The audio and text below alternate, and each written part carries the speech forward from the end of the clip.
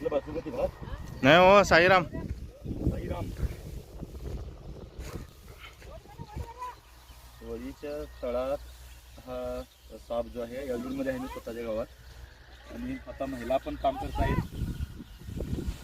महिला आणि जास्तीत जास्त नागच असतं लक्षात घ्या. कशा प्रकारे एवढे मोठे साप, शक्यतो मोठीने नाग सापडतं ते वैशिष्ट्य म्हणावं लागेल. मी नेहमी उल्लेख करतो. आणि हा पण काटकाला आलाय, तुम्ही बघू शकता. सगळे साप काटतात, काही लोक नागच तेवढं काटत असं म्हणत असतात. अतिशय सोप्या पद्धतीत सापडला, कारण आत बिळं खोलवर नसतात आणि अजूनही ओलं असतंय, त्यामुळे आणि तो उंदीर खायला मिळतात, त्यामुळे साप येतात. वैशिष्ट्य म्हणजे शक्यतो 99% नागच येत असतात आणि भले मोठे साप असतात. लक्षात घ्या, महिला काम करत होत्या इथं आणि कित्येक वेळा साप लोकांना हाताला पायाला लागल्यानंतर तो विचार होतोय, नंतर लोक घाबरतात.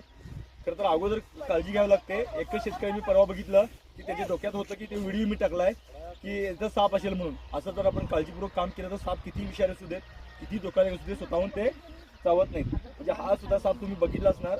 मी जेव्हा आकडीने गवत बाजूला केलं तेव्हा तो आपणच बाहेर जायचा प्रयत्न करत होता. शेतकऱ्यांना पण तेच दिसते, लक्षात घ्या.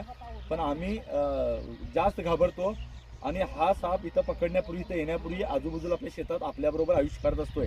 शेती शिवारात काम करताना आपला हात पाय लागून ही काळजी घ्यायला पाहिजे. माझ्या स्वतःच्या गावात शेतात येता जाताना वाटेवरती साप चाललेल्या घटना घडल्यात, पण शेतात काम करताना, झोपताना, खाता जेवताना साप चाललेल्या घटना एकही घडलेली नाही. त्यामुळे आपण विनाकारण घाबरू नये असं माझं मत आहे. आपण योग्य वेळी काळजी घेणं पण गरजेचं आहे. अतिशय म्हणजे खरं तर शेतकरी मारतात, पण यांनी न मारता त्याला वाचवण्याचं ठरवले आणि त्याला पकडता आलं. 5 वर्षाचा नागजातीचा, फणा जरी काढत असला तरी नागजातीचा हा साप आहे, लक्षात घ्या. धन्यवाद.